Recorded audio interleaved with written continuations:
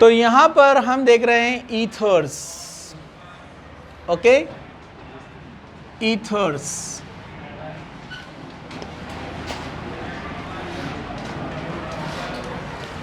Ethers का representation है ROR, ether, okay. Ether को डिफरेंट वे में डिफाइन किया जाता है, जैसे इसको अल्कोहल का डेरिवेटिव भी कहते हैं कि when one hydrogen of alcohol replaced by one alkyl group, so it is the derivative of alcohol. तो इसको क्या बोलते हैं? Ether is the mono alkyl derivative of alcohol. ये अल्कोहल का डेरिवेटिव कंसिडर किया जाता है। सेकेंड, ईथर को ऐसे भी डिफाइन करते हैं H2O, वाटर, यानी ऑक्सीजन डाइहाइड्राइड, डाइहाइड्रोजन, पता है ना आपको। यहां पर दो अल्काइल ग्रुप अगर आप रिप्लेस करते हैं, two hydrogen replace by two alkyl groups, ROR, ether. It is the dialkyl derivative of water. It is the dialkyl derivative of water. इसको और कैसे डिफाइन करते हैं? Alcohol plus alcohol. So one H from this ROH and second OH from R means dehydration. Same molecule में dehydration होता है तो बनने वाले प्रोडक्ट को हम क्या बोलते हैं? अनहाइड्राइड। सेम मॉलिक्यूल में डिहाइड्रेशन हुआ तो ROR। सो हम बोल सकते हैं it is the anhydride derivative of alcohol. मतलब अल्कोहल का मोनो अल्काइल डेरिवेटिव भी है और अल्कोहल का अनहाइड्राइड डेरिवेटिव, क्या बोलते हैं उसको? Anhydride derivative. अनहाइड्राइड मतलब वाटर रिमूव करेंगे हम सेम मॉलिक्यूल में से। Anhydride derivative of alcohol. इसको ऐसे भी डिफाइन करते हैं फ्रॉम अल्केन। अल्केन डेरिवेटिव भी कंसिडर करते हैं उसको। OR मतलब alkoxy, alkyl and oxygen, alkoxy. So hydrogen जाएगा, OR आएगा, तो ROR। Ether is the alkoxy derivative of alkane. तो इस तरह इनके डेरिवेटिव इसको कंसिडर करते हैं, डिफाइन करते हैं। Mono alkyl derivative of alcohol, dialkyl derivative of water, anhydride derivative of alcohol and alkoxy derivative of alkane. सभी तरीके से उसको डिफाइन किया जाता है, ओके। ईथर में जो लिंकेज होती है वो होती है COC linkage. It is called ethereal linkage. क्या कहते हैं इसको? Ethereal linkage. It is very stable linkage, that is called inert. ये इनर्ट लिंकेज है। इनर्ट मतलब ether is inert solvent, non reactive. ये जल्दी से किसी के साथ रिएक्शन नहीं करता है, इसलिए इसको इनर्ट कहा जाता है, वेरी स्टेबल। इसलिए it is used as a good solvent. ये एक अच्छा सॉल्वेंट है, किसी से केमिकली जल्दी रिएक्शन नहीं करता है, लेकिन बहुत सारे ऑर्गेनिक कंपाउंड को डिसॉल्व करने में हेल्प करता है। यानी स्पेशली डाईईथाइल ईथर ये एक बहुत अच्छा सॉल्वेंट है जो बहुत सारे कंपाउंड्स को डिसॉल्व करने में हेल्प करेगा। जैसे अपन ने ग्रिग्नार्ड रिएजेंट में भी इसको यूज़ किया था, आपको याद होगा। बहुत सारे रिएक्शन जो है कैरी आउट होते हैं ईथर के प्रेजेंस में, okay. It is a volatile compound, highly volatile compound, even more volatile than the alcohol. ये अल्कोहल से ज़्यादा वोलेटाइल है। रीज़न? अल्कोहल में तो OH OH ग्रुप होता है जो हाइड्रोजन बॉन्ड बनाता है, पता है ना आपको। हाइड्रोजन बॉन्ड बनाने से अल्कोहल की वोलेटिलिटी थोड़ी सी कम है, जबकि ईथर में तो हाइड्रोजन बॉन्ड भी नहीं होता है, तो वो इजीली इवोपरेट हो जाता है, ठीक है। तो ये ईथर जो है एक अच्छा वोलेटाइल कंपाउंड है और इसके बहुत सारे प्रॉपर्टीज़ है जो आगे हम प्रॉपर्टीज़ के अंदर इसको डिस्कस करेंगे, ओके। अभी इतना आप लिखिए, फिर हम आगे बढ़ते हैं नोमेनक्लेचर की तरफ। Now ether, ROR. General formula for ether and alcohol is same. CnH2n plus 2O. Okay, alcohol होता है ROH. अगर ये H को हम इधर ज्वाइन कर लें तो क्या बन जाएगा? RH. RH मतलब अल्केन. अल्केन का फॉर्मूला होता है CnH2n plus 2O, right? Okay, तो दोनों का फॉर्मूला क्या है? सेम. अगर आपको सेपरेटली रिप्रेजेंट करना है अल्कोहल को तो कभी ऐसे लिखना पड़ता है कि यहाँ का जो एक हाइड्रोजन हम ऐड कर रहे हैं, ये वाला, मतलब अल्केन का फॉर्मूला क्या है? CnH2n plus 2. अरे भाई, ये अल्केन होता है ना, अल्केन.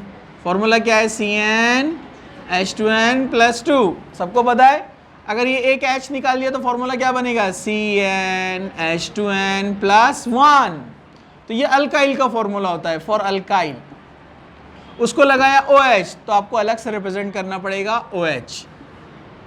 समझे आपको?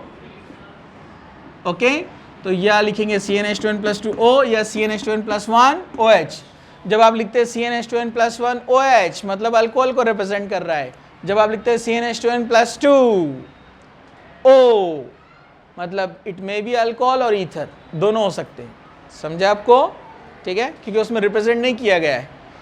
तो ROR ईथर हो गया यहाँ पर. चलिए हम आगे बढ़ते हैं. इसमें ROR में मेन फंक्शनल ग्रुप, जो मेन अपना पार्ट है, वो कौन है? Oxygen. Oxygen atomic number 8. Electronic configuration 1s2 2s2 2p4. 1s2 2s2 2p4. 1s में 2 इलेक्ट्रॉन, 2s में 2 इलेक्ट्रॉन, 2p में 4 इलेक्ट्रॉन. ओके, तो यहां पर हाइब्रिडाइजेशन जब होता है, मिक्सिंग जब होती है, तो मिक्सिंग में ये पूरे आ जाते हैं. मतलब मिक्सिंग यानी हाइब्रिडाइजेशन क्या होता है मैंने बताया आपको. Mixing means it is the hybridization means it is the mixing and recasting of orbital. Old orbitals mix होते हैं, न्यू ऑर्बिटल्स फॉर्म होते हैं. याद है आपको? तो यहां पर ये S और P मिक्स हो गए और न्यू ऑर्बिटल्स यहां पर फॉर्म करेंगे.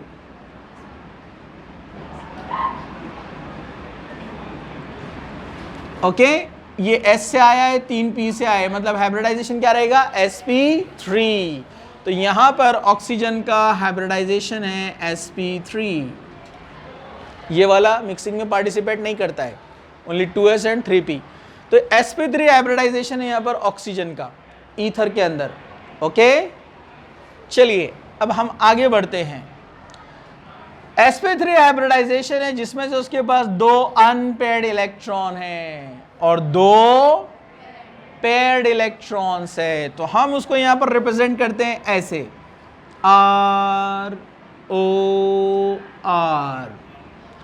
ये लोन पेयर्स S वाले, ये लोन पेयर P वाला. लेकिन अब इसको S और P नहीं कहेंगे, कंप्लीट sp3 कहेंगे. तो sp3 में 2 लोन पेयर है और ये जो सिंगल इलेक्ट्रॉन है यहाँ पर है जिसने R के साथ शेयरिंग किया है, ये इसने यहाँ पर R के साथ शेयरिंग किया है, right? Okay, 1 bond 2 bonds. 1 lone pair means 1 orbital, second lone pair means second orbital. मतलब टोटल ऑर्बिटल कितने यहाँ पर? 4. 1 2 3 4. जहाँ 4 ऑर्बिटल रहते हैं हम उसको क्या बोलते हैं? टेट्राहेड्रल. क्या बोलते हैं हम उसको? But it is not a regular tetrahedral. जैसे CH4 मीथेन के अंदर चारों बॉन्ड सेम थे ना, तो वो क्या था? Regular tetrahedral. तो ये डिस्टॉर्टेड टेट्राहेड्रल कहलाता है. क्या कहलाता है ये? Distorted tetrahedral. और इसको क्या कहते हैं हम? V शेप यानी एंगुलर. क्या रहता है ये? Angular V shape. इसका जो ज्योमेट्री है ऐसे V शेप. ओके, टेट्राहेड्रल में हमने मीथेन का देखा है. मीथेन के अंदर जो है रेगुलर टेट्राहेड्रल था, रेगुलर टेट्राहेड्रल था तो बॉन्ड एंगल सबका इक्वल डिस्टेंस आता है ना, और इक्वल एंगल फॉर्म होता है जिसको हम क्या कहते हैं 109 डिग्री 28 मिनट्स, याद है आपको। लेकिन सेम एक टेट्राहेड्रल बनता है, ये भी टेट्राहेड्रल, अब ये अमोनिया, अमोनिया भी टेट्राहेड्रल, लेकिन डिफरेंस क्या है, मीथेन जो टेट्राहेड्रल है, मीथेन जो टेट्राहेड्रल है, मैं फिर से बना देता हूं, उसमें नजर नहीं आ रहा है, मीथेन जो टेट्राहेड्रल है ये रेगुलर टेट्राहेड्रल है, all bonds are equal, one bond means 2 electron, और इस इलेक्ट्रॉन की जोड़ी को क्या बोलते हैं जो बॉन्ड बनाता है, तो bond pair, bond pair, bond pair, bond pair, चारों भी कौन है, बॉन्ड पेयर, सब में डिस्टेंस सेम आता है 109 डिग्री 28 मिनट्स यानी एंगल। आप अमोनिया में जाएंगे तो भी वो टेट्राहेड्रल है, 1 2 3 4, लेकिन इसमें 3 बॉन्ड पेयर है और एक लोन पेयर है। लोन पेयर मतलब non bonded pair of electron, non bonded pair of electron, और बॉन्डेड पेयर ऑफ इलेक्ट्रॉन मतलब बॉन्ड पेयर जिसने बॉन्ड बनाया है, सिंपल। तो इसमें 3 बॉन्ड पेयर है और एक लोन पेयर है, तो लोन पेयर में रिपल्शन ज्यादा होता है, रिपल्शन होने से बॉन्ड को नीचे की तरफ क्या करता है, वो पुश कर देता है, तो एंगल 109 से कम हो जाता है। ये भी टेट्राहेड्रल, ये भी टेट्राहेड्रल, लेकिन इसका बॉन्ड एंगल कितना आता है 107 डिग्री, समझा आपको। जब हम ईथर में जाते हैं तो ईथर में यहां पर 2 लोन पेयर है, तो अमोनियम एक लोन पेयर था तो रिपल्शन था, तो यहां 2 लोन पेयर तो रिपल्शन और ज्यादा, बॉन्ड एंगल और कम हो जाता है 104 डिग्री, समझा आपको।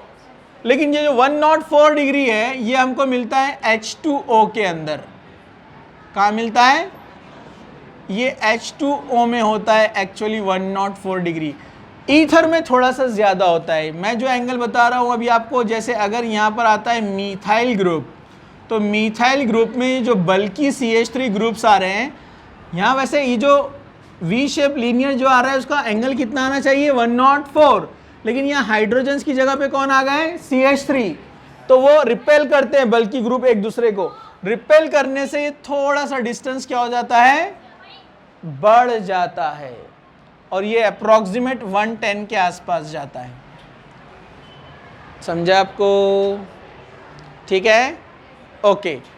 तो इसको आप लिखेंगे फिर हम आगे जाएंगे।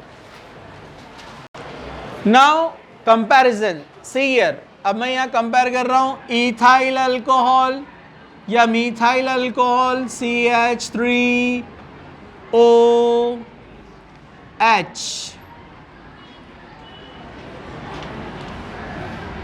Phenol, ring OH, then ether CH3OCH3, okay. दोनों में कॉमन फंक्शनल ग्रुप यानी कॉमन एटम है ऑक्सीजन। जब OH ग्रुप एलिफेटिक चेन को लगा रहता है हम इसको बोलते हैं अल्कोहल, जब OH group direct aromatic ring को लगा रहता है हम उसको कहते हैं फिनॉल। व्हेन O यानी oxygen is directly connected with 2 alkyl group, इसको हम बोलते हैं यहाँ पर ईथर्स। सबके पास कॉमन एटम है ऑक्सीजन और सबके पास लोन पेयर कितने रहने वाले हैं, 2, बॉन्ड पेयर भी 2 है और लोन पेयर भी 2 है, ओके। लेकिन यहाँ पर आप देखेंगे तो यहाँ हमको बॉन्ड एंगल जो मिलता है वो मिलता है 108 डिग्री, मतलब 0.5, अप्रोक्सीमेट 109 के आसपास, ठीक है। जबकि हम जाते हैं फिनॉल के अंदर तो यहाँ पर हमको जो बॉन्ड एंगल है वो बॉन्ड एंगल हमको मिलता है यहाँ पर 111 है, 111.5 ईथर के अंदर। इसके अंदर जो है 108 के आसपास, और फिनॉल में कितना है अब इसको हम कंपेयर करते हैं, यहां पर 108.5 है, यहां पर 109 है, तो स्लाइटली इसके कंपैरिजन में इसका एंगल बढ़ गया। रीजन क्या है? दिस बल्की रिंग, जब रिंग बल्की रहेगा तो रिपेल करके उसको एक्सपांड करेगा ना, तो स्लाइटली उसको उसने एंगल को क्या किया है? बड़ा कर दिया है, रिपेल कर दिया है। अब यहां पर एंगल 11.5 मतलब सबसे ज्यादा है। रीजन? 2 बल्की ग्रुप्स, यहां पर एक ही साइड में बल्की ग्रुप था, समझा क्या आपको? यहां पर भी वन साइड बल्की ग्रुप था, और एक साइड कौन था? अल्कोहल में भी और फिनॉल में हाइड्रोजन, स्मॉल एटम। लेकिन यहाँ दोनों साइड क्या आ गए? बल्की ग्रुप, जिससे रिपल्शन ज्यादा हो गया। और जितना बल्की ग्रुप बढ़ता जाएगा एंगल बढ़ते जाएगा। लेकिन आपको एंगल सारे नहीं आएंगे, सिर्फ आपको ऑर्डर याद रखना पड़ेगा। As number of carbon increases on both side, bond angle increases repulsion की वजह से। ओके, नेक्स्ट आप इसमें यहां पर देखेंगे जो कार्बन ऑक्सीजन बॉन्ड डिस्टेंस है वो यहां पर होता है 142 पिकोमीटर, और यहां पर आप देखेंगे तो वो होता है 141 पिकोमीटर, जबकि यहां पर कार्बन ऑक्सीजन जो बॉन्ड होता है 136 पिकोमीटर। रीजन क्या है आप बोल सकते हैं इसका? यस, के इसका 142 141 अप्रोक्सीमेट सेम है, अप्रोक्सीमेटली सेम है, लेकिन इसका बॉन्ड डिस्टेंस कार्बन ऑक्सीजन का कम है। रीजन किसी को याद है? रेजोनेंस, रेजोनेंस से इलेक्ट्रॉन देता है ना यहां पर, इधर तो पार्शियल डबल बॉन्ड तैयार होता है, ये पाई बॉन्ड आगे जाता है, रेजोनेंस। तो ये जो बॉन्ड है सिंगल बॉन्ड नहीं है, कौन है ये? Partial double. पार्शियल डबल मतलब बॉन्ड डिस्टेंस क्या हो जाता है? कम। सिंगल बॉन्ड का लेंथ ज्यादा है, डबल बॉन्ड में अट्रैक्शन ज्यादा होने से बॉन्ड डिस्टेंस कम होता है, ट्रिपल बॉन्ड में और कम होते जाता है, शॉर्ट होता है ट्रिपल बॉन्ड। तो ये पार्शियल डबल बॉन्ड है ना, मतलब सिंगल बॉन्ड से कम डिस्टेंस रहेगा इसका।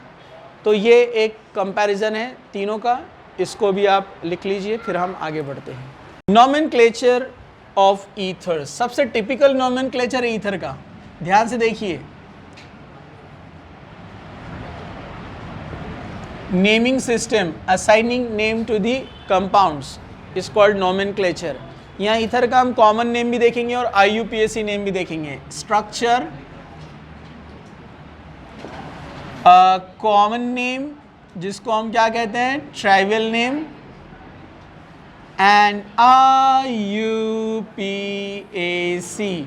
तो बेसिक से बताऊंगा एकदम मैं, जरा आप लोग ध्यान से देखिए, एकदम बेसिक स्ट्रक्चर से आएंगे हम यहाँ पर।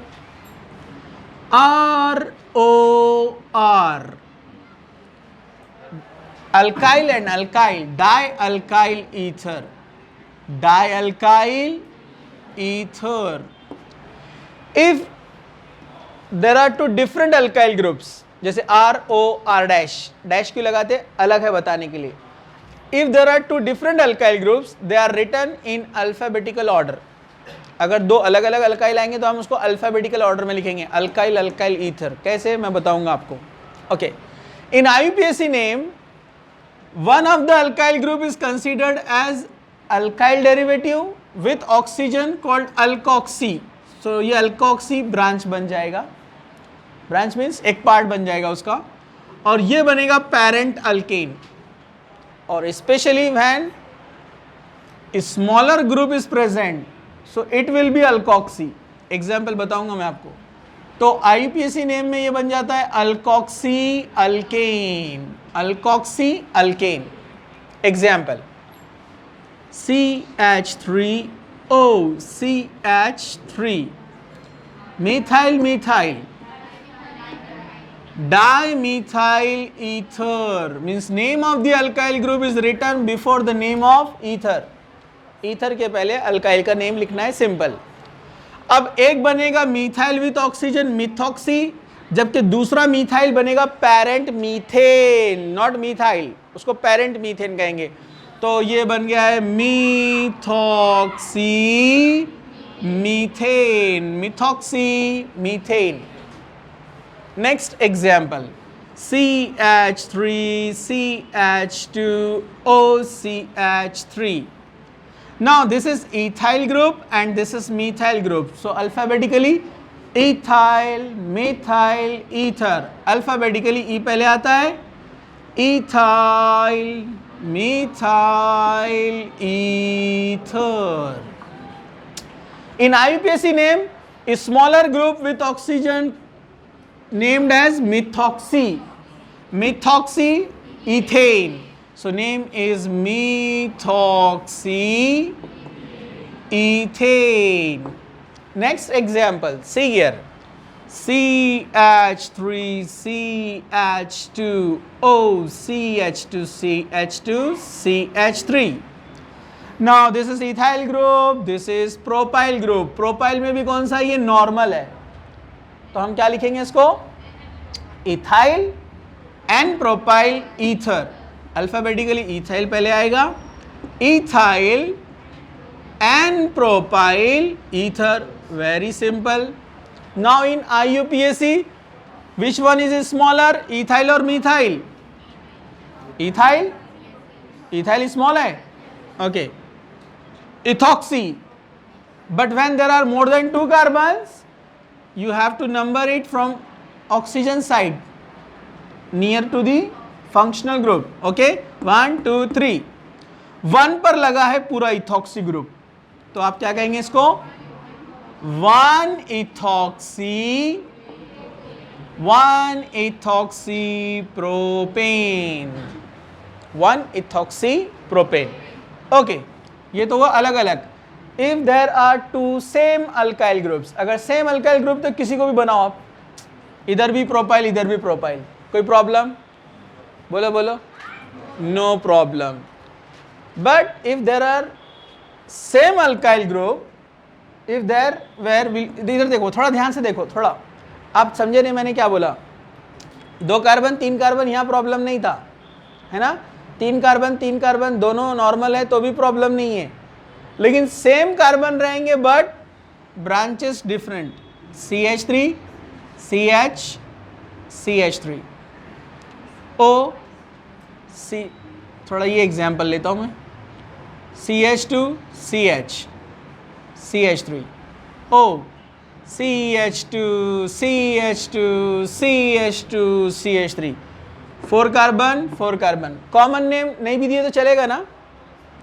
कॉमन नेम में क्या बनेगा, ये नॉर्मल ब्यूटाइल है, एन ब्यूटाइल, और ये कौन सा ब्यूटाइल है, नॉट आइसो, सेकेंडरी, क्योंकि इसका जो कार्बन को फंक्शनल ग्रुप लगा है उसका नेचर क्या है, सेकेंडरी, तो आप इसको सेकेंडरी ब्यूटाइल बोलेंगे, आइसो नहीं. आइसो के लिए मिथाइल इधर रहना, समझा गया. अगर मिथाइल इधर आए तो क्या बोलेंगे, आइसो ब्यूटाइल. अभी कौन है ये, सेकेंडरी ब्यूटाइल. तो कॉमन नेम मैं छोड़ देता हूं, समझ गए ना आप लोग. Secondary butyl, n butyl ether, समझ में आ गया. कॉमन नेम लिखने की जरूरत है, नो, डायरेक्ट हम IUPAC में आते हैं. अब ये भी 4 कार्बन, ये भी 4 कार्बन, लेकिन अगर इसको नंबरिंग दिया तो 1 2 3 4, ऑक्सीजन को मिलेगा कार्बन नंबर 1 कनेक्टेड. इसको नंबरिंग दिया तो 1 2 3 4 2 मिलेगा, इसलिए पेरेंट कौन बनेगा, दिस वन, और ये बनेगा अल्कोक्सी ब्रांच.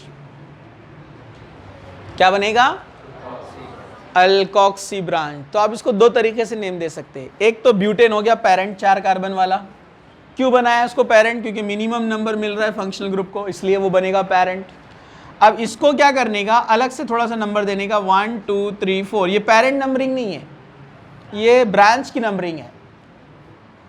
तो इसको 2 तरीके से नंबर देते हैं, एक तो 1 2 3 4 इस तरह से, या फिर 1 2 3. 1 पर मिथाइल है, बोलो बोलो, 1 पर कौन है, मिथाइल है, और 3 कार्बन वाला ऑक्सी बनता है प्रोपॉक्सी. 1 मिथाइल प्रोपॉक्सी, 1 मिथाइल प्रोपॉक्सी, बराबर है ना. प्रोपॉक्सी में भी कार्बन नंबर 1 कनेक्ट है, इसलिए 1 प्रोपॉक्सी बोलेंगे उसको. 1 मिथाइल 1 प्रोपॉक्सी, 1 मिथाइल 1 प्रोपॉक्सी, 1 मिथाइल 1 प्रोपॉक्सी. लेकिन ये पूरा का पूरा क्या है, ब्रांच, इसलिए इसको ब्रैकेट के अंदर लिखना पड़ता है. 1 मिथाइल 1 प्रोपॉक्सी। ब्यूटेन, लेकिन ब्यूटेन के कितने नंबर के कार्बन पे ये लगा हुआ है? 1, तो इसको ब्रैकेट के बाहर इधर लिखने का 1, तो ब्रैकेट के बाहर वाला नंबर किसका है? पेरेंट का है। समझे आपको? अब कुछ बुक्स में ऐसा भी दिया हुआ है 1 2 3 4 डायरेक्ट ले दिया 2 ब्यूटॉक्सी, ब्रैकेट के अंदर 2 ब्यूटॉक्सी। ओके, ठीक है। तो ये हो गया, ये एक कंसेप्ट था, इसको जरा ध्यान से देखने का। दूसरा एक CH2 double bond CH2 OCH3,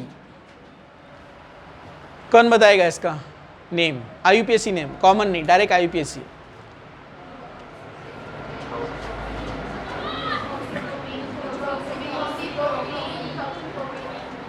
हाँ, तो आपका यही प्रॉब्लम है, आप बेसिक रूल भूल जाते हैं। जब आप लिस्ट में जाएंगे, फंक्शनल ग्रुप प्रायोरिटी लिस्ट में, तो अल्कीन सबसे ऊपर आता है, तो अल्कीन यहाँ पर पेरेंट बनने वाला है 1 2 3, यानी प्रोपीन। अल्कीन ऊपर आता है, मैंने बताया ना आपको फंक्शनल ग्रुप। अरे भूल गए आप लोग? Alkyne, alkyne, ether, nitro, hello, nitro, भूल गए ऑर्डर आप? तो अल्कीन ऊपर आता है और ईथर नीचे आता है, इसलिए पेरेंट ये है 1 2 3, और 3 पर लगा है methoxy, 3 methoxy, 3 methoxy propene, prop 1 yne, propene 1 पे डबल बॉन्ड, 3 मिथॉक्सी प्रोपीन। समझा? No problem. आगे बढ़ते हैं। तो हम देख रहे हैं नोमेनक्लेचर ऑफ ईथर, तो उसमें आज हम कुछ टिपिकल एग्जांपल्स देखेंगे। CH3O CH2 CH2 OCH3, so it has diethereal linkage, इसमें 2 ईथर है, 2 ईथर लिंकेज है। तो जब ऐसे आते हैं तो इसको नेम कैसे दिया जाता है? तो डेफिनेटली जो कॉमन चेन होता है, जो कॉमन कार्बन चेन होता है, यानी ये मिडिल वाला, ये बनेगा पेरेंट, ओके, और ये बन जाएंगे दोनों ब्रांच, एक 1 पर है और दूसरा 2 पर है, मतलब मिथॉक्सी एक 1 पर है, मिथॉक्सी 2 पर है, तो इसको आप बोलेंगे 1,2 डाई मिथॉक्सी, 2 कार्बन पेरेंट मतलब ईथेन।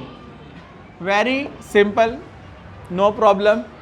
ओके, ऐसे ट्राईथॉक्सी भी हो सकते हैं, नो प्रॉब्लम। ओके, चलिए, डेफिनेटली अगर इसके साथ अल्कोहल आएगा तो वो पेरेंट बनेगा, और ईथर क्या बनेगा? Alkoxy branch. ओके, उससे हटकर एग्जांपल लेते हैं हम। बेंजीन रिंग यानी फिनाइल रिंग, इसको लगा है यहाँ पर OCH3, तो इसका स्पेशल नेम तो एनीसॉल है, फेमस नेम एनीसॉल, लेकिन अगर इसको हम कॉमन नेम या IUPAC नेम देना चाहे तो कॉमन नेम भी इजी है, methyl phenyl ether, methyl phenyl ether, very simple. IUPAC के अंदर यहाँ पर इसको कंसीडर किया जाता है अल्कोक्सी ब्रांच, और इसको पेरेंट बेंजीन, तो इसको कहा जाता है मिथॉक्सी बेंजीन। क्या कहते हैं इसको? मिथॉक्सी बेंजीन, और स्पेशल नेम है एनीसॉल, और यही नेम से जनरली आपको बुक्स में मिलेगा, क्योंकि स्पेशल नेम ऐसा होता है जो IUPAC में भी यूज होता है और कॉमन नेम में भी यूज होगा। Okay, no problem. चलिए हम और आगे बढ़ते हैं।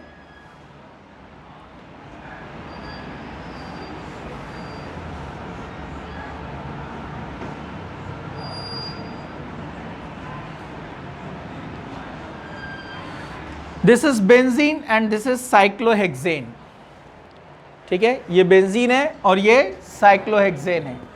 तो अब यहाँ पर इसको जो नेम रहेगा IUPAC नेम, ये जो अनसैचुरेटेड पार्ट है ये अल्कोक्सी पार्ट बनेगा, और ये बेंजीन रहेगा पेरेंट। ये कौन है? साइक्लोहेक्सेन। ओके, हम बोलते हैं अल्केन को अल्कोक्सी, तो इसको क्या कहेंगे हम? Cyclohexane alkane. अल्केन का क्या रिप्लेस हो रहा है? अल्केन। एन ही चला जाता है और क्या लगता है? ऑक्सी। तो ये साइक्लोहेक्सेन, तो एन ही हट जाएगा, साइक्लो अल्कोक्सी, यानी साइक्लोहेक्सॉक्सी। समझा आपको? तो ये साइक्लोहेक्सॉक्सी बेंजीन पेरेंट। रेयर आते हैं ऐसे एग्जाम्पल, लेकिन फिर भी मैं आपको बता दे रहा हूं, ठीक है? ओके। अब इसमें वो ऑर्डर तो आपको याद रहेगा, मैंने बताया अल्कीन, अल्काइन, अल्कीन, अल्काइन, उसके बाद कौन है? ईथर, प्रायोरिटी ऑर्डर में। उसके बाद है हैलोजन, और उसके बाद कौन है? Yes, nitro. ओके। तो अब मैं कुछ एग्जाम्पल यहां पर दे रहा हूं आपको, जरा ध्यान से आप लोग।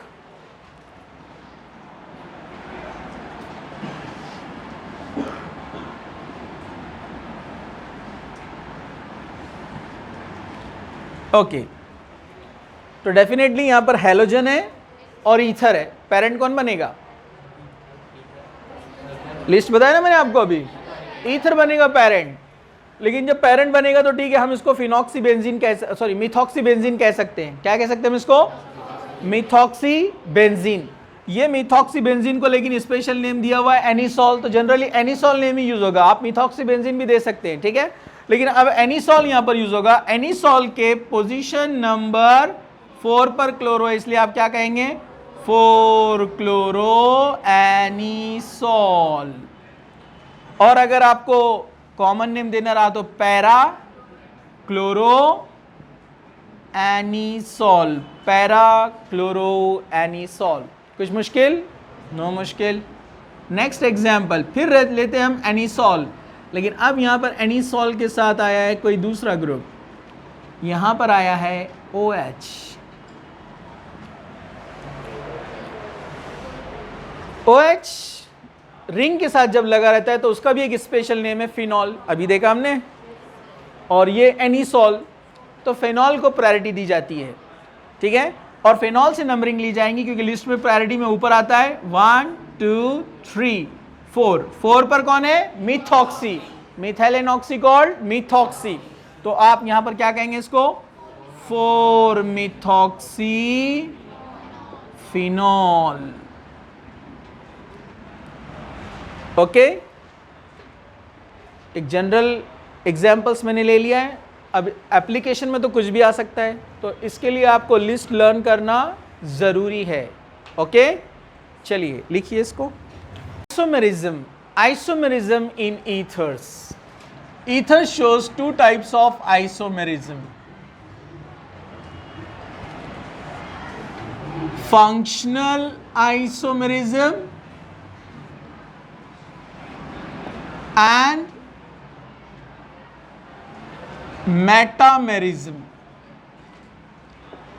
मेटामेरिज्म मतलब ये पोजीशन आइसोमेरिज्म का ही नाम मेटामेरिज्म है, स्पेशल टाइप है, मैंने लास्ट टाइम आपको बताया था, ठीक है। अभी यहाँ सिंपल हम देखेंगे example. CH3CH2OH ethyl alcohol, CH3OCH3 dimethyl ether. This is ethyl alcohol and this is dimethyl ether. दोनों का फॉर्मूला है C2H6O, formula same but functional groups different. तो यहां पर ये एक दूसरे के फंक्शनल आइसोमर्स हो गए। 2 और more compounds having same formula but different functional groups, they are called functional isomers and this phenomena is called functional isomerism. तो ये हो गया functional isomers। दूसरा यहां पर मैं आपको बताता हूं C4H12O, CH3CH2 CH2O CH3, methyl and propyl ether, methyl n propyl ether. मैं इसे शॉर्ट में लिख रहा हूँ, आप कंप्लीट लिखना लेकिन इसको, ठीक है। मैं ओ को इधर शिफ्ट करता हूँ, यानी फंक्शनल ग्रुप का पोजीशन चेंज करते हैं हम, तो इसी को हम दूसरे फंक्शनल ग्रुप्स में क्या बोलते हैं, पोजीशन आइसोमेरिज्म। लेकिन यहाँ पर ये स्पेशल टाइप का पोजीशन आइसोमेरिज्म है, इसको मेटामेरिज्म कहते हैं, ठीक है। जहाँ जो फंक्शनल ग्रुप के पास क्या होते हैं, more than one alkyl group, जिसको कहते हैं पॉलीवैलेंट फंक्शनल ग्रुप। देखो आप, इधर एक अल्काइल, इधर एक अल्काइल, इसलिए इसको बोलते हैं पॉलीवैलेंट फंक्शनल ग्रुप। जबकि अल्कोहल में क्या है, सिर्फ एक अल्काइल ग्रुप है, इसलिए ये शो नहीं करता है मेटामेरिज्म, इसमें पोजीशन आइसोमेरिज्म होता है, ठीक है। ये मेटामेरिज्म बताएगा। मैं O को इधर शिफ्ट करता हूँ, CH2 को इधर, तो आप देखेंगे यहाँ पर CH3 CH2 O CH2 CH3 di ethyl ether, di ethyl ether, दोनों का formula same, but difference in the attachment of alkyl groups to the polyvalent functional group। जब कोई polyvalent functional group होता है जिसको एक से ज्यादा alkyl groups लगे हैं, तो वो शो करेगा metamerism. So two or more compounds having same formula but different in the attachment of alkyl groups to the polyvalent functional groups are called metamers, and this phenomena is called metamerism। Okay, तो ये हो गया metamerism. तो functional isomerism के लिए भी मैंने आपको बताया पेयर्स है, फंक्शनल आइसोमर्स के पेयर्स होते हैं, ये आपको याद रखना है। कौन कौन, ईथर का functional isomer alcohol, carboxylic acid का आइसोमर ईस्टर, अल्डिहाइड का functional isomer ketone, okay. Nitrile यानी साइनाइड का फंक्शनल आइसोमर आइसोनाइट्राइल। वैसे ही नाइट्रो NO2 का फंक्शनल आइसोमर नाइट्राइट। वैसे ही प्राइमरी अमाइन का फंक्शनल आइसोमर कौन है, सेकेंडरी अमाइन, और फिर टर्शरी अमाइन। वैसे ही थायोल, थायोल मतलब SH, जैसे अल्कोहल होता है ना OH, तो ये क्या होता है SH, थायोल, उसका होता है थायो ईथर। ये ऐसे हैं इनके पेयर्स, ये आपको लर्न कर लेना है, ओके। वैसे ही जो मेटामेरिज्म होते हैं ये पॉलीवैलेंट फंक्शनल ग्रुप्स में होते हैं। मेटामेरिज्म आपको कहाँ कहाँ मिलेगा, जहाँ पॉलीवैलेंट फंक्शनल ग्रुप है, ईथर्स, कीटोन्स, ओके, थायो ईथर और amine, secondary amine, tertiary amine. समझा? तो यहां पर मिलते हैं अपने को मेटामेरिज्म, जो पॉलीवैलेंट फंक्शनल ग्रुप होते हैं, मोनो वाले नहीं, जिसको एक अल्काइल लगा है वो नहीं, okay, right.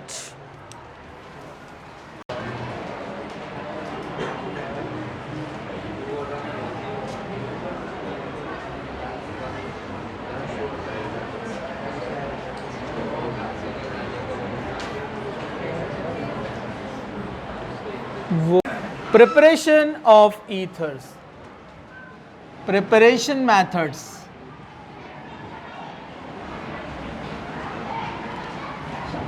Preparation methods for ether, okay, see here। Preparation methods में रिपीट हो रहे जितने भी रिएक्शंस अभी हम यहाँ पर देखने वाले हैं। जैसे पहला जो प्रिपरेशन है वो है from alcohol, from alcohols, okay. तो हमने एक रिएक्शन देखा था, आपको याद होगा, CH3 CH2OH। हम लेते H2SO4 एट हाई टेम्परेचर 443 से 453 केल्विन तक। इसमें डिहाइड्रेशन होता था, याद है आपको, यहाँ से OH अल्फा पे से और बीटा पे से H, तो क्या बन जाता था, अल्कीन। इसको हमने अल्कोहल के केमिकल प्रॉपर्टी में भी पढ़ा है और अल्कीन के प्रिपरेशन मेथड में भी पढ़ा है। लेकिन same reaction and same reagent, अगर हम लेते हैं CH3CH2OH, सेम यहाँ पर हम लेते हैं H2SO4, बट यहाँ पर टेम्परेचर का डिफरेंस है 413 केल्विन। देखो टेम्परेचर कितना इंपॉर्टेंट होता है, ये चेंज कर देता है प्रोडक्ट को।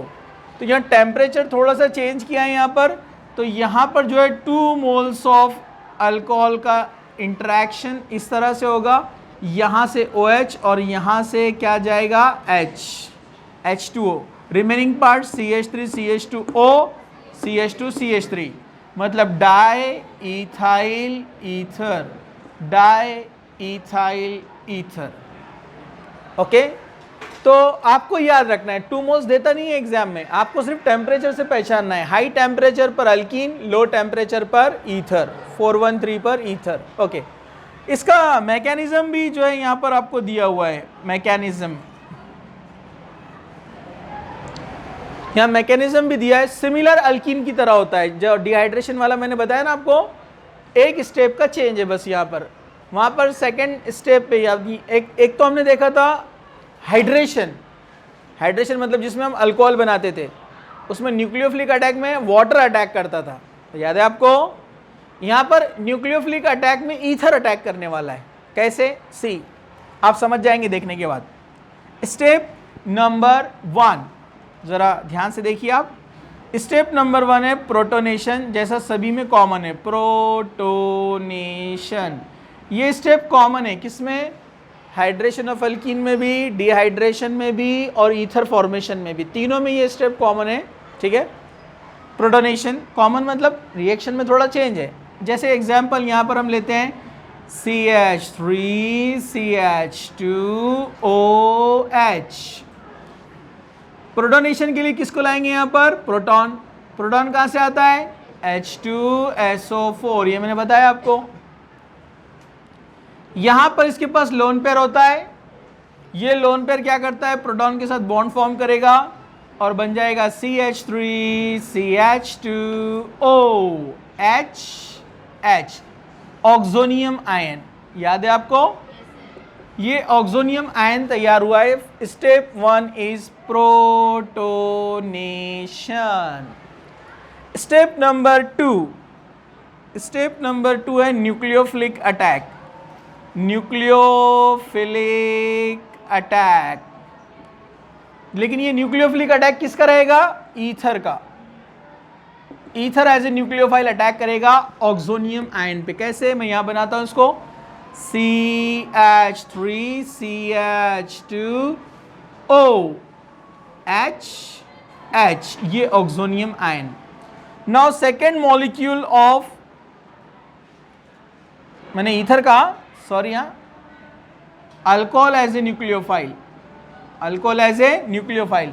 Second molecule of alcohol, see here, second molecule of alcohol का जो लोन पेयर है वो अटैक करेगा इस अल्फा कार्बन पर। गेटिंग? ये एच को इधर लिखो, मैं थोड़ा सा आपको समझ में आएगा आसानी से।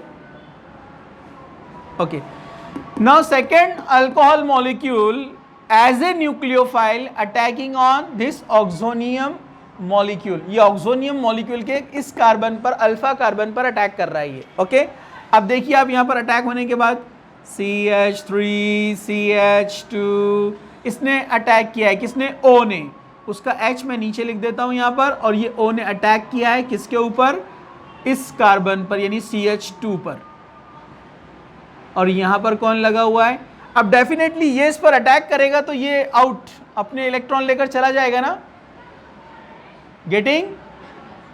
CH2CH3, ये न्यूक्लियोफाइल ने, एज ए न्यूक्लियोफाइल अल्कोहल ने इस पर अटैक किया है। यहाँ पर इसकी वैलेंसी सेटिस्फाई करना है तो ऑक्सीजन इसके इलेक्ट्रॉन लेकर चला जाएगा ना। या आप इसको ऐसे बताइए, यहाँ के जो बॉन्डेड इलेक्ट्रॉन है वो ऑक्सीजन ले लेगा जो उसने लोन पेयर दिया था, और H2O चला जाएगा यहाँ पर, H2O। गेटिंग? लेकिन यह दूसरा ऑक्सोनियम आयन तैयार हो गया है।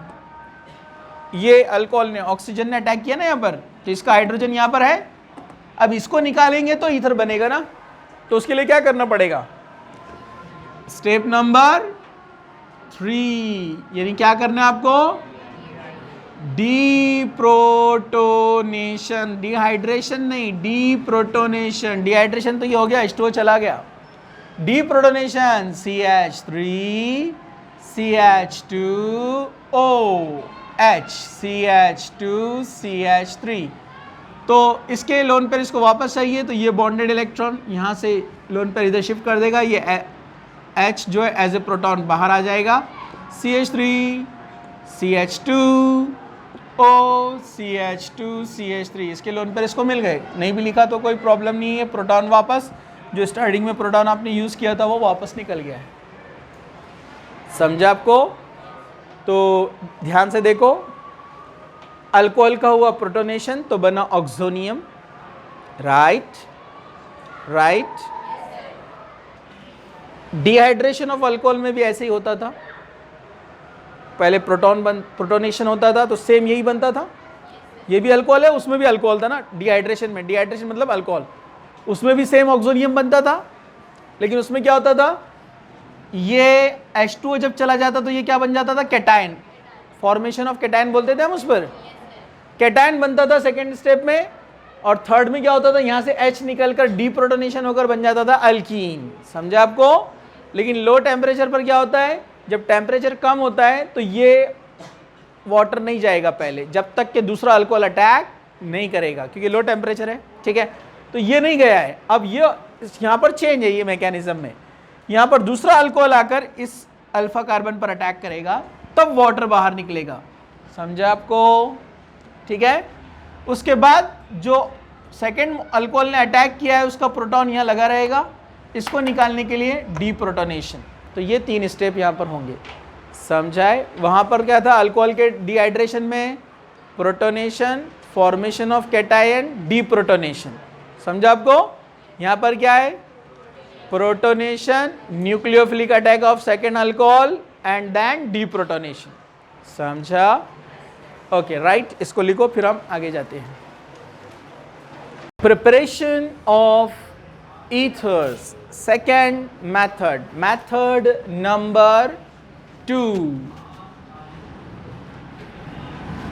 from alkyl halide and sodium alkoxide, which is called Williamson's synthesis.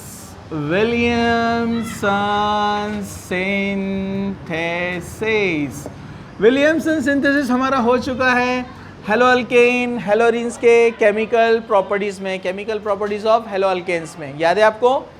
हम लेते हैं RX alkyl halide, RONA sodium oxide and alkyl halides. So this is alkyl halide जिसको आप बोलते हैं हेलो अल्केन, और ये है sodium alkoxide, sodium अल्को oxide.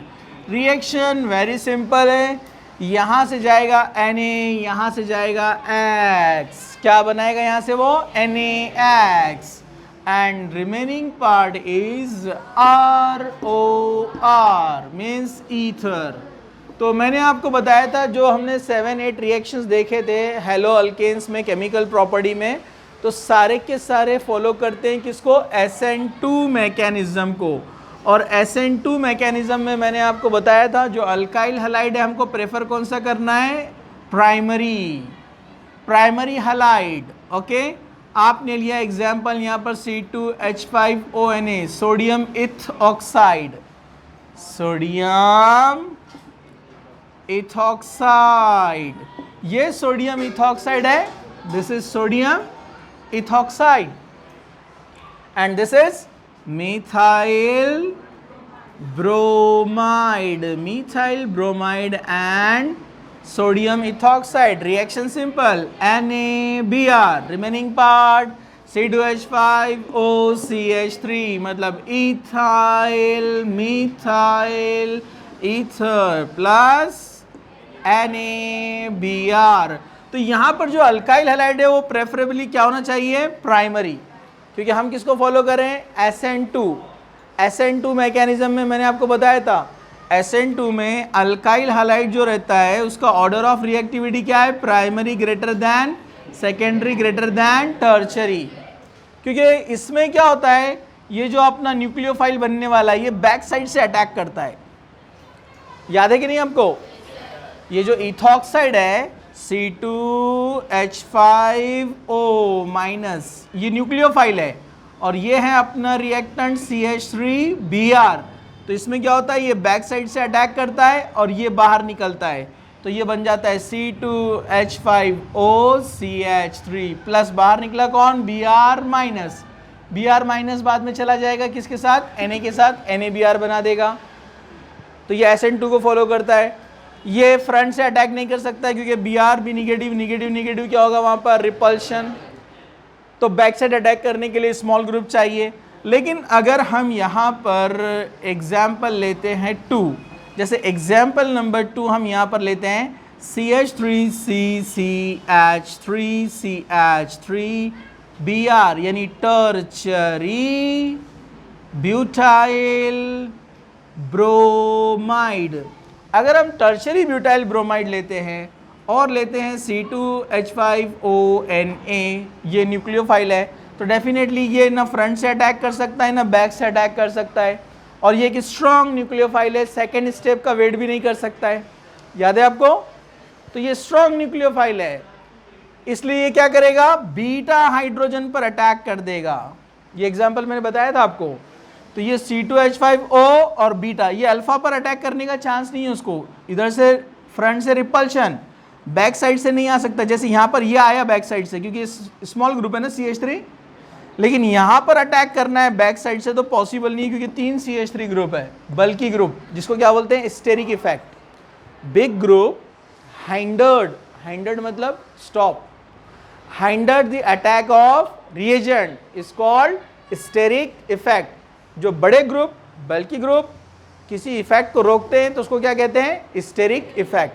तो ये स्टेरिक इफेक्ट से जा नहीं सकता अल्फा के पास, तो बीटा पे से हाइड्रोजन ले लेगा C2H5OH प्लस ये Na और Br बनाएगा NaBr और यहाँ पर ये क्या बन गया है? CH3C, CH3 double bond CH2, मतलब ईथर नहीं बनेगा, आइसो ब्यूटिलीन, मतलब कौन? Alkene, isobutylene, alkene. Getting? No problem, okay. अब लेकिन अगर अपने को ईथर बनाना ही है तो मैंने आपको बताया था मैन्युपुलेशन।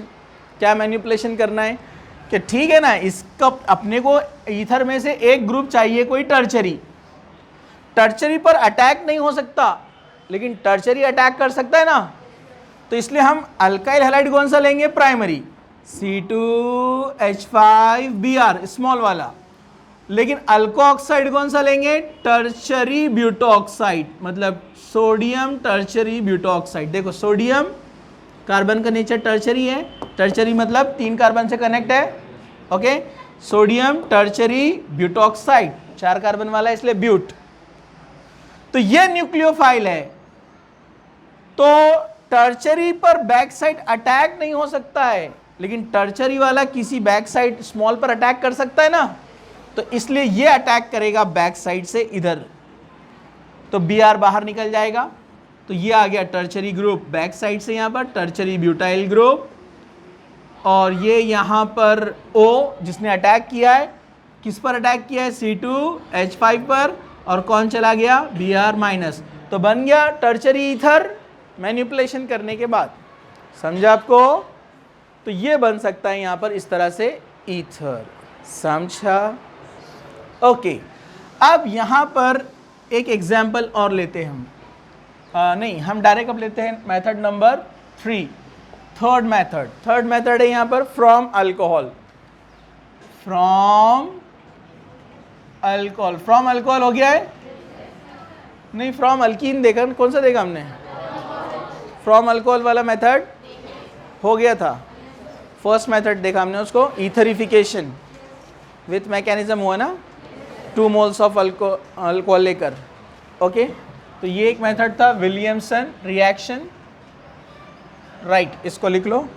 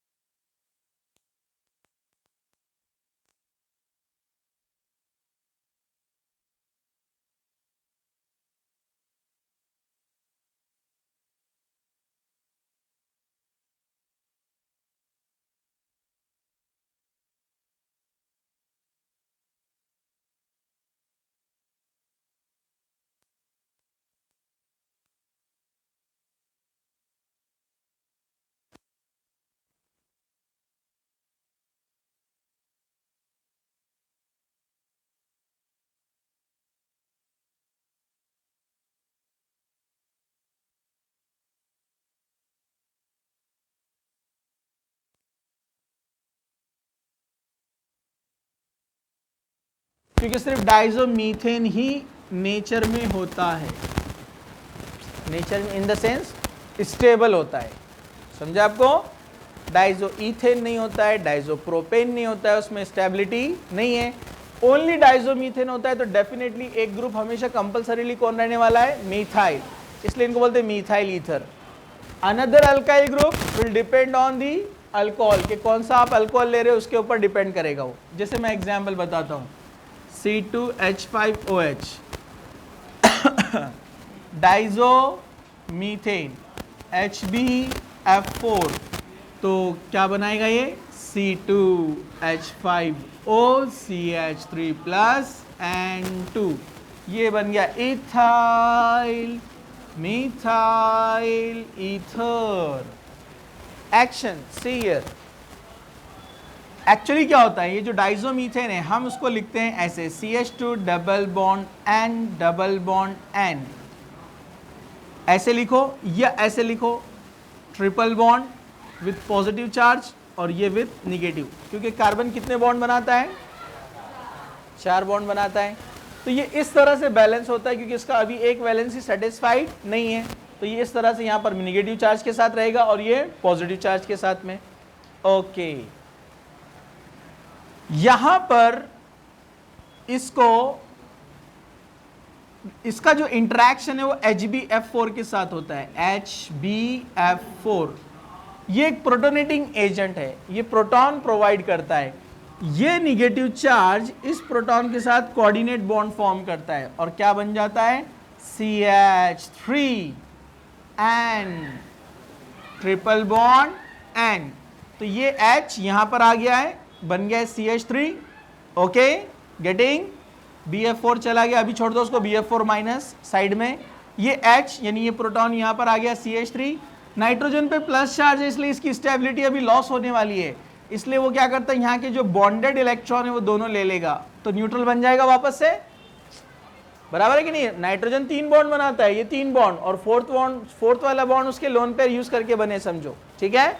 तो वो इलेक्ट्रॉन्स उसको वापस चाहिए, तो जब वो ब्रेक होगा तो यहाँ क्या तैयार होगा? Methyl cation. क्या तैयार होगा? Methyl cation plus N2। ये आपको एक्सपेक्टेड नहीं है मैकेनिज्म, लेकिन इस पर 1-2 क्वेश्चन है बने हुए, इसलिए मैं आपको बता दे रहा हूं। तो पहले हमने मिथाइल कैटायन बनाए फ्रॉम डाइजोमीथेन, ये है डायएजोमीथेन। तो यहां पर ये कैटायन बन गया। अब आएगा अल्कोहल, ये वाला अल्कोहल एग्जांपल लेते हैं हम, कोई भी ले सकते हैं आप, जनरल लेते हैं, यहां पर हम जनरल एग्जांपल लेंगे, ROH।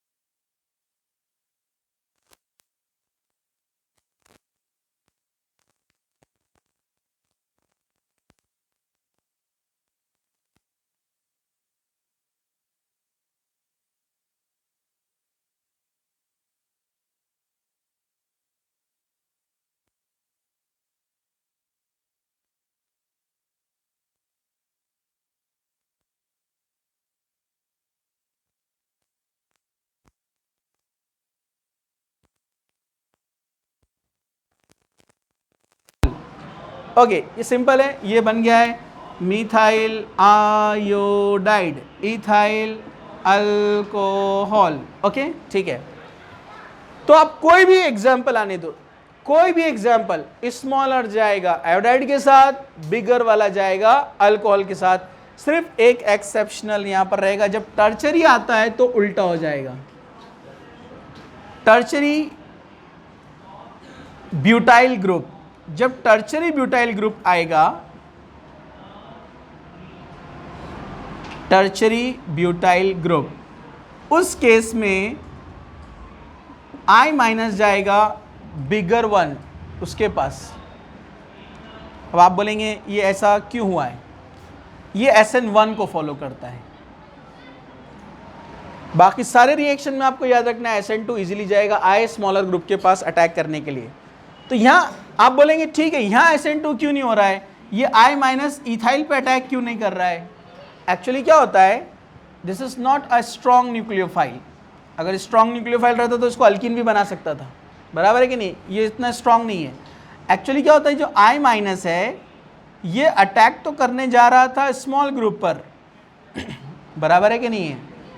ये स्मॉल ग्रुप पर अटैक करने जा रहा था, लेकिन यहाँ पर जो है एक किस्म की पोलैरिटी फॉर्म होती है जिससे दो पॉसिबिलिटीज़ है। दो पॉसिबिलिटीज़ क्या है कि या तो ये कैटायन बनेगा या तो ये कैटायन बनेगा।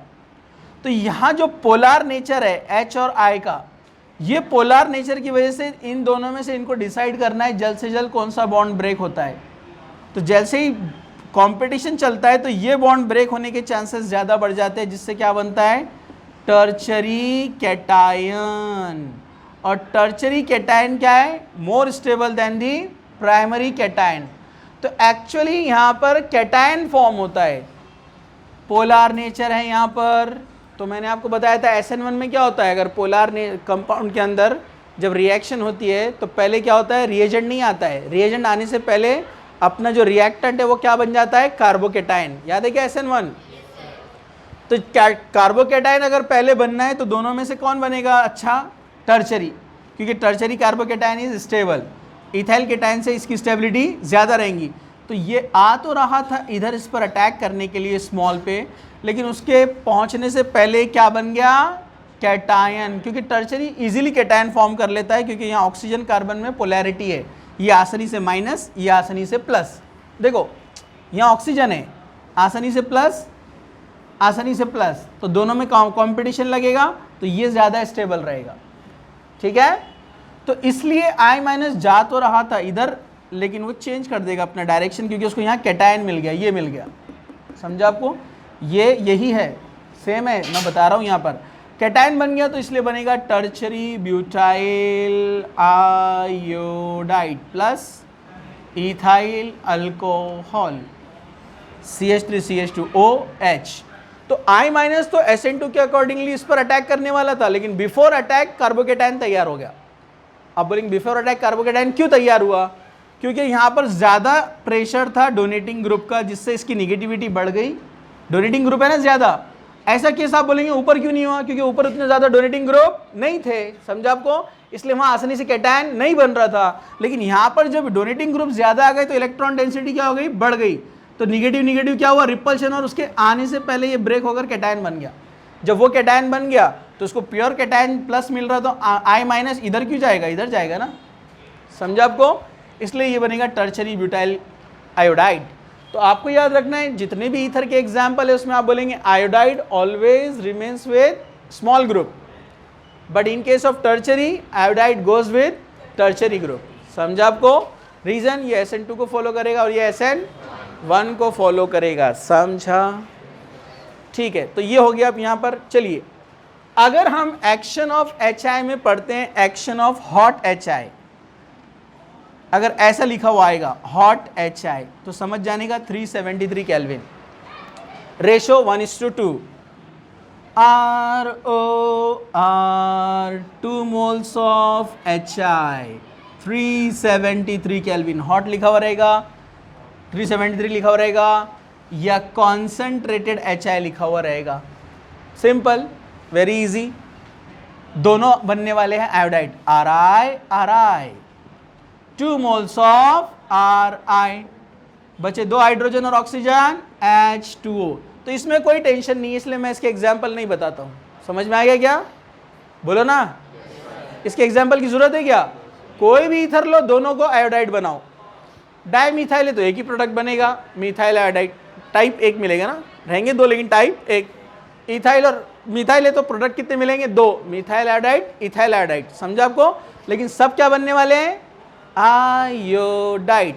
इसमें कोल्ड वाले में एक और एक एग्जाम्पल याद आया मेरे को, जरा ध्यान से देखो। अगर एक एरोमेटिक है और एक एलिफेटिक है ईथर, जैसे एनीसॉल। कौन? एनीसॉल।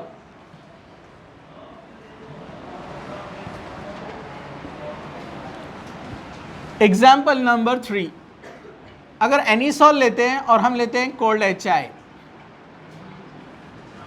अब आयोडाइड किसके साथ जाएगा? थोड़ा सा लॉजिक लगाओ और बताओ मेरे को। अलग एग्जाम्पल है, CH3 के साथ जाएगा, ये तो कॉमन लॉजिक है, लेकिन और मजबूत रीजन इसका यहाँ पर ये है, ठीक है, स्मॉल है तो आई इसके साथ जाएगा ही जाएगा। दूसरा, ये बॉन्ड आसानी से ब्रेक नहीं हो सकता क्योंकि रेजोनेंस में वो लोन पेयर है ना, यहाँ पर लोन पेयर होने से वो रिंग के साथ रेजोनेंस में पार्शियल डबल बॉन्ड है, आसानी से ब्रेक होगा भी नहीं, इसलिए H को इधर ही जाना है, मतलब फिनॉल बनाएगा, फिनॉल प्लस CH3I।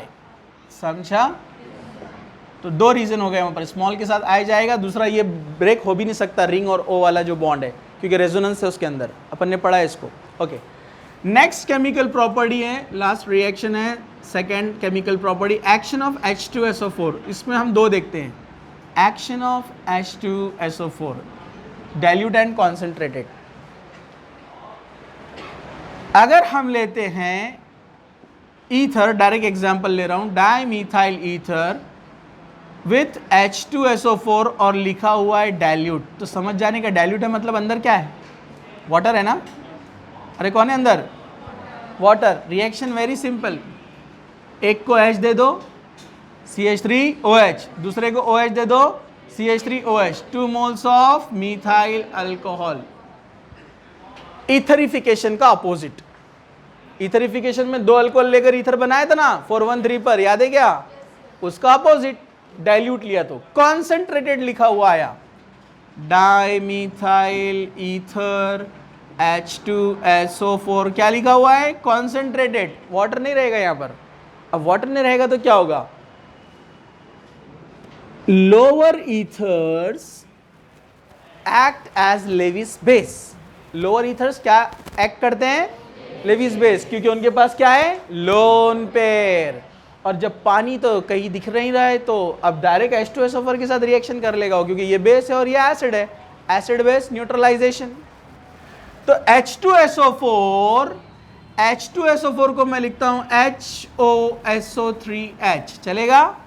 ये H2SO4 है ना, एसिड है, प्रोटोनेटिंग एजेंट है, आसानी से प्रोटॉन दे सकता है, तो ये लोन पेयर उस प्रोटॉन के साथ आसानी से बॉन्ड बना सकता है, मतलब CH3O CH3, प्रोटॉन आ गया यहाँ पर, इसने इलेक्ट्रॉन दिया इसलिए O माइनस, और यहाँ बाजू में आकर चुपचाप कौन बढ़ेगा? HSO4 minus, dimethyl oxonium hydrogen sulphate, 2 methyl इसलिए डाइमिथाइल ऑक्सोनियम, क्योंकि प्लस चार्ज है ऑक्सीजन पर, ऑक्सोनियम, ये हाइड्रोजन, और SO4 क्या होता है?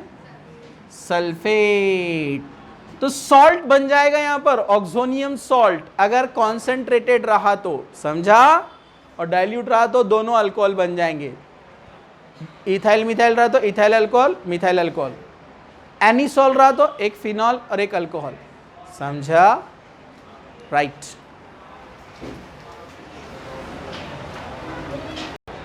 ओके, चलिए, तो यहां पर हम देखेंगे केमिकल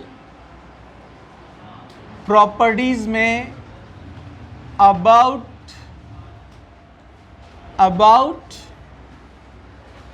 एनीसॉल। एनीसॉल क्या होता है? Methyl phenyl ether, methyl phenyl ether. It is a good donating group, ये बहुत अच्छा डोनेटिंग ग्रुप है ऑन बेंजीन रिंग, क्योंकि अपने को पता है जिसके पास लोन पेयर होते हैं वो डोनेटिंग ग्रुप होता है, रिंग को इलेक्ट्रॉन देता है, याद है ना आपको। और अगर उसके पास कोई डोनेटिंग ग्रुप प्रेजेंट रहेगा तो बहुत अच्छे से डोनेट करेगा, मतलब इलेक्ट्रॉन जाएंगे इधर, पाई बॉन्ड मूव होगा एट ऑर्थो पोजीशन, तो ऑर्थो पोजीशन पर इलेक्ट्रॉन आ जाएंगे तो चार्ज क्या आएगा, निगेटिव। ये ऑक्सीजन ने इलेक्ट्रॉन दिया तो क्या बन जाएगा, double bond, okay, plus charge के साथ में क्योंकि इलेक्ट्रॉन डोनेट किया है। फिर ये ऑर्थो पोजीशन के इलेक्ट्रॉन डीलोकलाइजेशन करेंगे विद दिस पाई बॉन्ड, ये पाई बॉन्ड जाएगा पैरा पर, आगे ये डीलोकलाइजेशन कंटिन्यू चलेगा, फिर यहाँ पर आएगा निगेटिव चार्ज, ये इलेक्ट्रॉन क्या बन गए, पाई बॉन्ड, और यहाँ पर ये as it is as it is as it is. फिर इलेक्ट्रॉन पाई बॉन्ड रेजोनेंस, ये बनाएगा पाई बॉन्ड और पाई बॉन्ड बनेंगे यहाँ पर इलेक्ट्रॉन, डेंसिटी बढ़ जाएगा ऑर्थो पोजीशन पे, ये आ गए इलेक्ट्रॉन, ये बन गया pi bond, as it is as it is as it is, और ये सिलसिला जारी रहेगा।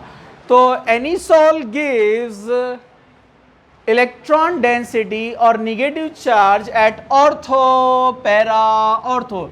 जब ऑर्थो पैरा ऑर्थो पर निगेटिव चार्ज डेवलप होगा तो डेफिनेटली यहां पर आकर अटैक कौन करेगा, इलेक्ट्रोफाइल। कौन अटैक करेगा, क्योंकि निगेटिव डेंसिटी कहां मिल रही है अपने को, एक तो पैरा पर और एक ऑर्थो पर इलेक्ट्रॉन डेंसिटी ज्यादा है, इसलिए इलेक्ट्रोफाइल अटैक करेगा, या ये इलेक्ट्रोफाइल पर अटैक करता है या तो ऑर्थो या फिर पैरा, इसलिए हम इसको कहेंगे it is ortho para director.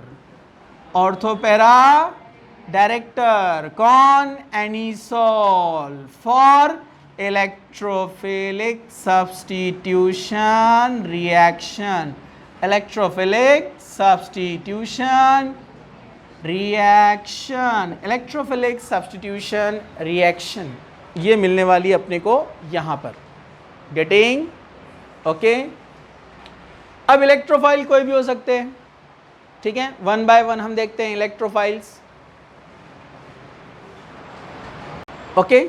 See here, जैसे हम लेते हैं यहां पर एनिसोल और इसका हम यहां पर करते हैं ब्रोमिनेशन, आपको याद है Br2CS2, तो एक Br प्लस बनता है और एक माइनस बनता है, तो Br प्लस जो बनेगा एज ए इलेक्ट्रोफाइल कहाँ पर आएगा, ऑर्थो पर या फिर पैरा पर, तो हमको दो प्रोडक्ट मिलेंगे यहाँ पर, या तो मिलेगा ऑर्थो ब्रोमोफिनॉल, क्या बनेगा, सॉरी ऑर्थो ब्रोमो एनिसोल, ये एनिसोल है ना, तो ऑर्थो ब्रोमो एनिसोल या फिर para bromo anisole plus HBr, मतलब यहां से जो H जाएगा ना वो H के साथ Br क्या बनाएगा, HBr, ओके। यहां पर इलेक्ट्रोफाइल कोई भी ले सकते हैं आप, जैसे Br2 की पोजीशन पे आप नाइट्रिक एसिड लेते हैं इसका नाइट्रेशन करने के लिए एनिसोल का, तो आपने लिया नाइट्रिक एसिड HNO3 जिसको हम लिखते हैं HONO2 nitric acid, this is positive part, this is negative part, ये अपना इलेक्ट्रोफाइल है, तो यहां से H जाएगा NO2 आएगा, सेम H जाएगा NO2 आएगा, मतलब क्या बनाएगा, ऑर्थो नाइट्रो एनिसोल, या फिर क्या बनाएगा, पैरा नाइट्रो एनिसोल, दो प्रोडक्ट यहां पर पॉसिबल है। तो इलेक्ट्रोफिलिक सब्स्टिट्यूशन रिएक्शन मिलेंगी अपने को all at ortho and para position, क्योंकि डोनेटिंग ग्रुप हमेशा रिंग पर क्या बनाता है, इलेक्ट्रॉन डेंसिटी ऑर्थो पैरा पर, तो वहां से E जाएगा, सॉरी H जाएगा इलेक्ट्रोफाइल और दूसरा इलेक्ट्रोफाइल आएगा, समझा, ओके। इन शॉर्ट हम उसको ऐसे एक्सप्लेन कर सकते हैं, चाहे एनिसोल का OCH3 ग्रुप हो या एनी कोई डोनेटिंग ग्रुप, डोनेटिंग ग्रुप क्या करता है, इलेक्ट्रॉन देता है यहाँ पर, तो इलेक्ट्रॉन मूव होते हैं यहाँ पर, जिससे अभी मैंने आपको बताया रेजोनेंस बनाकर कि रेजोनेंस होने के बाद वो क्या बनाता है,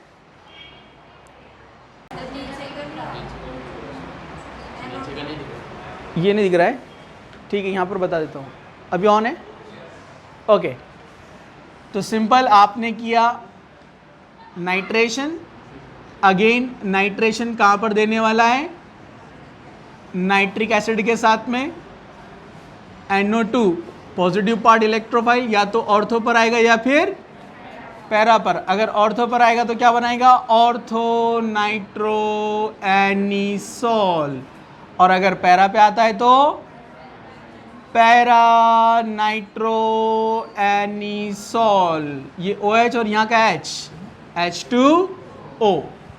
ओके, अब यहाँ पर ये ऑर्थो नाइट्रो और पैरा नाइट्रो मिलने वाला है अपने को, ये फिक्स है, ठीक है। कैसे होता है, ये लोन पेयर इसको डोनेट करेगा, यहाँ पर पाई बॉन्ड इधर शिफ्ट होगा, तो डेफिनेटली अब यहाँ पर क्या बनने वाला है, ये डबल बॉन्ड, ये प्लस चार्ज, ये इलेक्ट्रॉन इधर मूव हो गए, तो ये क्या बन गया, निगेटिव। इलेक्ट्रोफाइल, कोई भी इलेक्ट्रोफाइल, जैसे ये NO2 इलेक्ट्रोफाइल है, जैसे Br इलेक्ट्रोफाइल है, तो ये जो इलेक्ट्रोफाइल तैयार होते हैं उस पर ये निगेटिव। ओके, सही है, दिख रहा है अभी। अब यहाँ पर ये इलेक्ट्रोफाइल यहाँ पर आ गया है, तो इलेक्ट्रोफाइल इससे कनेक्ट हो जाएगा, यहाँ पर बॉन्ड फॉर्म कर चुका है, ये double bond OCH3 plus charge, और ये एज इट इज, राइट। यहाँ पर होता है एक हाइड्रोजन जिसको हम शो नहीं करते हैं, ये अपने इलेक्ट्रॉन, बॉन्डेड इलेक्ट्रॉन देगा पाई बॉन्ड बनाने के लिए, ये रिटर्न वापस यहाँ पर, और ये H as a H plus बाहर निकल जाएगा। ये मैंने इसलिए आपको बताया ताकि आपको पता चले कि ये किस तरह से H प्लस बाहर निकला है, समझा। तो H प्लस जा रहा है और E प्लस आ रहा है, electrophilic substitution reaction. So anisole gives electrophilic substitution at ortho and para position, right? हम देख रहे हैं electrophilic substitution reaction in anisole. Okay, तो मैं शॉर्ट में आपको बता दूं, पहला हमने देखा ब्रोमीनेशन। पहला क्या देखा हमने, ब्रोमीनेशन के आप लेते हैं एनिसोल, एनिसोल के साथ ट्रीट करते हैं Br2 को या CS2 या फिर इथेनोइक एसिड के प्रेजेंस में, तो एक Br प्लस बन के जाता है, या तो ऑर्थो या फिर पैरा, अपने को मिलता है ऑर्थो ब्रोमो एनिसोल या फिर पैरा ब्रोमो एनिसोल। ओके, दूसरा रिएक्शन मैंने आपको बताया अभी यहाँ पर, वो था नाइट्रेशन। नाइट्रेशन के लिए हमको क्या चाहिए, नाइट्रिक एसिड, तो हम लेते हैं यहाँ पर एनिसोल, एनिसोल का रिएक्शन करते हैं nitric acid in presence of H2SO4, ये बनता है इलेक्ट्रोफाइल, या तो ऑर्थो या फिर पैरा, तो हमको मिलता है यहाँ पर ऑर्थो नाइट्रो एनिसोल या फिर पैरा नाइट्रो एनिसोल। ओके, यहाँ प्लस H2O, इधर plus HBr। Same reaction can be carried out for alkylation, जिसको क्या बोलते हैं, Friedel Crafts alkylation, Friedel Crafts alkylation reaction. Okay, now see here, Friedel Crafts alkylation में हमारा रिएक्टेंट है यहाँ पर एनिसोल, इसके साथ हम लेंगे यहाँ पर RX, जैसे मैं डायरेक्ट एग्जांपल लिखता हूँ CH3Cl in presence of Lewis acid AlCl3। तो ये हम कंसेप्ट पहले देख चुके हैं, याद है ना आपको हेलोअरीन्स में, कि ये AlCl3 लेविस एसिड है, ये इसको अट्रैक्ट करता है अपने तरफ, जिससे ये बनता है पार्शियल पॉजिटिव, ये बनता है पार्शियल निगेटिव, क्योंकि इलेक्ट्रॉन शिफ्ट होते हैं टूवर्ड Cl, जिससे CH3 यानी मिथाइल कैटायन इलेक्ट्रोफाइल तैयार होता है। अब ये इलेक्ट्रोफाइल जाएगा या तो ऑर्थो या तो पैरा, तो अगर ये जाता है ऑर्थो पर तो ये इस तरह बनेगा CH3, यस CH3, और ये कौन है OCH3, ऑर्थो मिथाइल एनिसोल। या उसको ऐसे भी नेम, क्योंकि टूलिन एक पुराना नोमेनक्लेचर में आता है इसलिए ऐसे भी बोलते हैं, मिथॉक्सीटूलिन। ओके, दूसरा कहा जाएगा methyl group at para position, right. और रिमेनिंग पार्ट ये जो Cl है, यहां से जो H निकला क्या बनाएगा, HCl। जैसे फ्रिडल क्राफ्ट अल्काइलेशन होता है वैसे ही सेम क्या होता है, फ्रिडल क्राफ्ट असाइलेशन। असाइलेशन में कौन होता है, RCO group, this is Aseel group. क्या बोलते हैं इसको, असिल ग्रुप। लेकिन हम डायरेक्ट एग्जांपल लेंगे, असिल की जगह यहाँ CH3 लेंगे, यानी CH3CO। और डेफिनेटली CH3CO इजीली कहाँ अवेलेबल है, CH3COCl, acetyl chloride, acetyl chloride with any salt. Lewis acid, कौन है लेविस एसिड, AlCl3। अगेन ये इसको इलेक्ट्रोफाइल बनने में हेल्प करेगा, इलेक्ट्रॉन शिफ्ट होंगे इधर, ये बनेगा पार्शियल निगेटिव, ये पार्शियल पॉजिटिव, यानी असिल कैटायन। क्या कहेंगे इसको हम, असिल कैटायन। इस असिल कैटायन का अभी क्या नाम है यहाँ पर, एसिटिल कैटायन। असिल तो जनरल है ना, RCO बोलो ना, तो CH3CO क्या बनेगा, एसिटिल कैटायन। क्या बनेगा ये एसिटिल कैटायन यहां से H को रिप्लेस करेगा और आ जाएगा कहां पर, ऑर्थो पोजीशन पर। आप क्या कहेंगे उसको, एसिटोफिनोन। क्या बोलते हैं हम इसको, this group is called acetophenone. उसके ऑर्थो पोजीशन पर कौन है, methoxy. Methyl and oxy is called methoxy. तो आप कहेंगे इसको मिथॉक्सी एसिटोफिनोन, क्योंकि ये पेरेंट बनेगा, क्योंकि ये कीटोन है ना, ये पेरेंट फिनोन। और दूसरा, अब ये ऑर्थो पर है, ऑर्थो मिथॉक्सी एसिटोफिनोन। दूसरा क्या बनेगा, पैरामिथॉक्सी एसिटोफिनोन, पैरामिथॉक्सी एसिटोफिनोन। गेटिंग। अल्काइलेशन के लिए एग्जाम्पल, थोड़ा टिपिकल एग्जाम्पल ये लिया आपने एनीसॉल, ये कहीं भी अप्लाई हो सकता है, ठीक है, जो भी डोनेटिंग ग्रुप आएगा वहां पर। यहां पर हमने लिया है CH3 CH2 CH2 Cl, Lewis acid AlCl3। तो हम एक्सपेक्ट क्या कर रहे हैं कि ये ब्रेक होना चाहिए, ये बनेगा इलेक्ट्रोफाइल, ये बनेगा न्यूक्लियोफाइल, और ये आकर इस कनेक्ट हो जाएगा ऑर्थो पे या फिर पैरा पे। लेकिन एक्चुअली आपको पता है ना, जब कैटायन तैयार होता है, जब Cl जाएगा तो क्या बनेगा, कैटायन। जब कैटायन बनेगा तो कौन सा कैटायन बनेगा, एन प्रोपाइल कैटायन, जो कि क्या है, प्राइमरी। ये अनस्टेबल है, हाइड्राइड शिफ्ट होगा, हाइड्रोजन इधर, चार्ज इधर, CH3 CH प्लस CH3, तो सेकेंडरी कैटायन तैयार होगा। मतलब प्राइमरी कैटायन तो बन जाएगा Cl जाने के बाद, AlCl3 उसको लेके जाएगा, उसके बाद जो है वो सेकेंडरी में कन्वर्ट होगा, क्योंकि लेस स्टेबल अपने आप को मोर स्टेबल में कन्वर्ट करता है। तो फिर ये पोजीशन आकर ऑर्थो या पैरा से कनेक्ट होगा, तो हमको यहाँ पर मिलेगा ये एनीसॉल के ऑर्थो पोजीशन पर isopropyl group, not an propyl group. कौन सा ग्रुप, आइसोप्रोपाइल ग्रुप आ जाएगा यहाँ पर। और जब ये प्रोपाइल ग्रुप स्पेशली आता है रिंग के पास, आइसोप्रोपाइल, को क्यूमीन बोलते हैं, मैंने फिनॉल में बताया था। तो methoxy cumene, ortho methoxy cumene, दूसरा IUPAC नेम भी दे सकते हैं हम उसको। दूसरा पॉसिबल प्रोडक्ट क्या है यहाँ पर, पैरा मिथॉक्सी क्यूमीन। मेजर कौन सा रहता है, पैरा। Okay, right.